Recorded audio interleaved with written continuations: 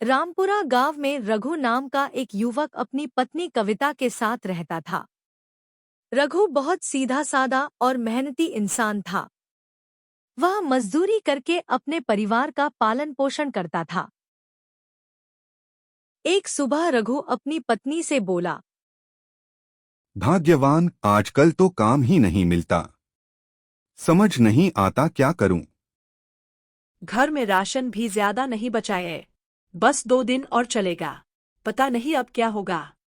अरे भाग्यवान, तुम दुखी मत हो। ऊपर वाला जरूर कोई न कोई रास्ता दिखाएगा। हाँ, पहले खाना खा लो, फिर जहाँ जाना हो चले जाना। रघु ने खाना खाया और बाजार की ओर निकल पड़ा। रास्ते में वह मन ही मन भगवान से प्रार्थना कर रहा था। हे भगवान, आज तो कोई काम दिला दो ताकि घर के लिए कुछ सामान ले जा सकूं। रघु पूरे बाजार में काम ढूंढता रहा, लेकिन उसे कहीं भी काम नहीं मिला। धीरे धीरे दोपहर हो गई। थककर वह एक पेड़ के नीचे बैठ गया। आज तो कोई काम नहीं मिला। अब क्या करूं? घर ही चला जाता हूं। वहीं जाकर कुछ सोचूंगा। थोड़ी देर बाद रघु उदास मन से घर लौट आया। उसे जल्दी आया देखकर कविता घबरा गई। अरे, आप इतनी जल्दी वापस आ गए। क्या हुआ? आपकी तबीयत तो ठीक है ना? भाग्यवान, तबीयत तो ठीक है, लेकिन किस्मत खराब है। आज कोई काम ही नहीं मिला। हाँ, बैठे बैठे भी क्या करते? मैं आपके लिए पानी लाती हूँ। रघु गहरी सोच में डूब गया। उसे चिंता होने लगी कि अब घर कैसे चलेगा। कविता पानी लेकर आई और बोली, ये पानी पीजिए और आज जंगल जाकर लकड़ियाँ काट लाइए। शायद बाजार में बेचकर कुछ पैसे मिल जाएं। हाँ भाग्यवान, ये काम तो मैं कर सकता हूँ।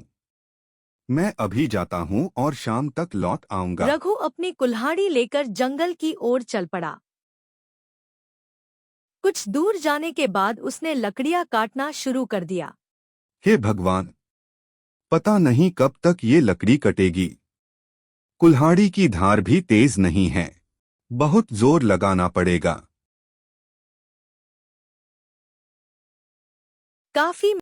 काफी मेहनत के बाद आखिरकार उसने कुछ लकड़ियां काट ली और उनका गट्ठर बना लिया। थक जाने के कारण वह एक पेड़ की छांव में बैठकर आराम करने लगा। थोड़ी देर बाद वह लकड़ियों का गट्ठर उठाकर घर की ओर चल पड़ा, क्योंकि शाम होने वाली थी। चलो, आज का दिन तो जैसे तैसे निकल गया। अब कल के बारे में सोचना पड़ेगा। तभी रास्ते में रघु को एक हिरण दिखाई दिया, जो जाल में फंसा हुआ तड़प रहा था। रघु तुरंत उसके पास गया।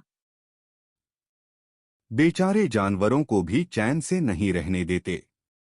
रुको, मैं तुम्हें आजाद कर देता हूँ। रघु ने जल्दी से जाल काटकर हिरण को मुक्त कर दिया। लेकिन जैसे ही हिरण आजाद हुआ, अचानक तेज प्रकाश फैल गया।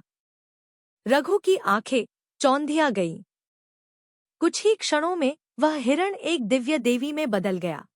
रघु, तुम बहुत दयालु और मेहनती इंसान हो। तेज प्रकाश से पूरा जंगल चमक उठा। रघु डरकर कुछ कदम पीछे हट गया। आप कौन हैं?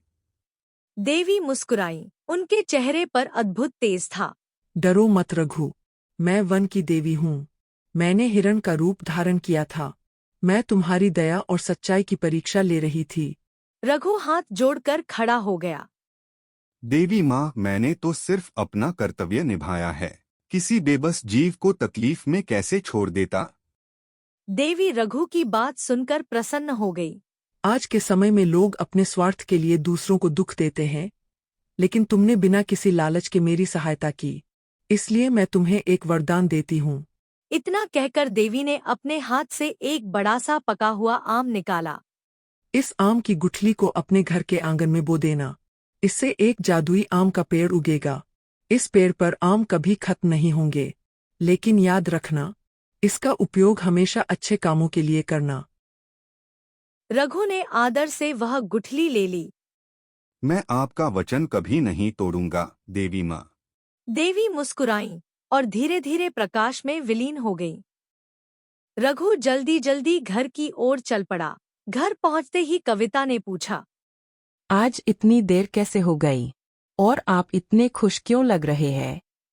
रघु ने जंगल की सारी बात कविता को बता दी। कविता हैरानी से बोली, क्या सच में देवी माँ ने आपको ये जादुई गुथली दी है? हाँ भाग्यवान। चलो इसे अभी आंगन में बो देते हैं। दोनों ने मिलकर उसी रात घर के छोटे से आंगन में वह गुठली बो दी। अगली सुबह जब दोनों उठे तो उनकी आंखें खुली की खुली रह गईं। जहां गुठली बोई थी वहां एक छोटा सा पौधा उगाया था। उसकी पत्तियां चमक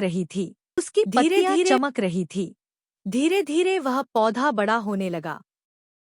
कुछ ही दिनों में वहां एक विशाल जादुई आम का पेड़ खड़ा था।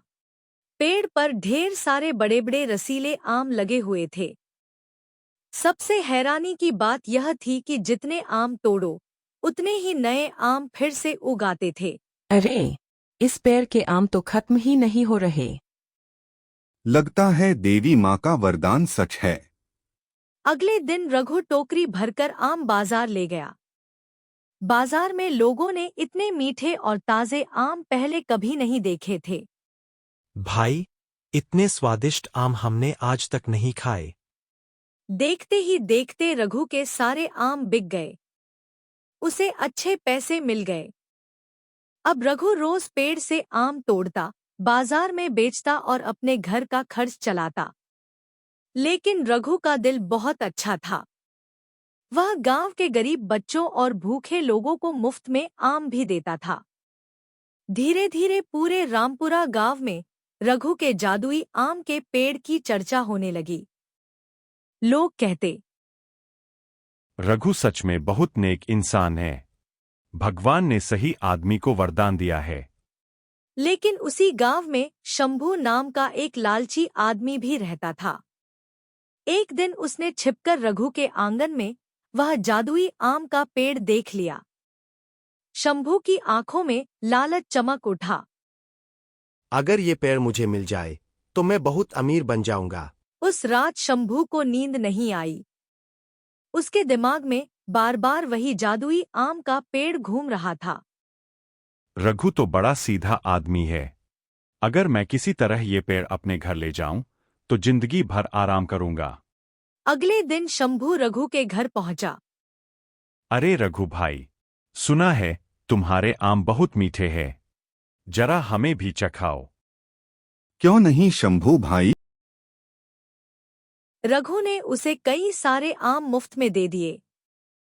शंभू आम लेकर घर गया, लेकिन उसका लालच और बढ़ गया। उस रात वह चुपके से रघु के आंगन में घुस गया। चारों तरफ सन्नाटा था। चांदनी रात में जादुई आम का पेड़ चमक रहा था। आज मैं इस पेड़ को काटकर अपने घर ले जाऊंगा। जैसे ही उसने कुल्हाड़ी उठाई और पेड़ पर वार किया, अचानक तेज हवा चलने लगी।